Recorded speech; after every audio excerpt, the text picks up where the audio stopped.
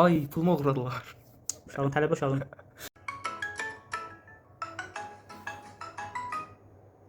Alo. Kim idi? Ay pulumu oğradılar. Uşağın tələbə uşağın. Bunu da sizə nəzərə çatdırım ki, bunlar hamısı yalandır. Yəni ola bilər, ancaq sizə link göndərə bilərlər. Çünki deyirlər, zəng gəldi, zəng yazdım, pul çıxır. Boş söhbətlərdir hamısı. Çünki bankdan pul çıxartmaq üçün OTP kodu lazımdır, hansısa CV kodu lazımdır, tarix kodu lazımdır.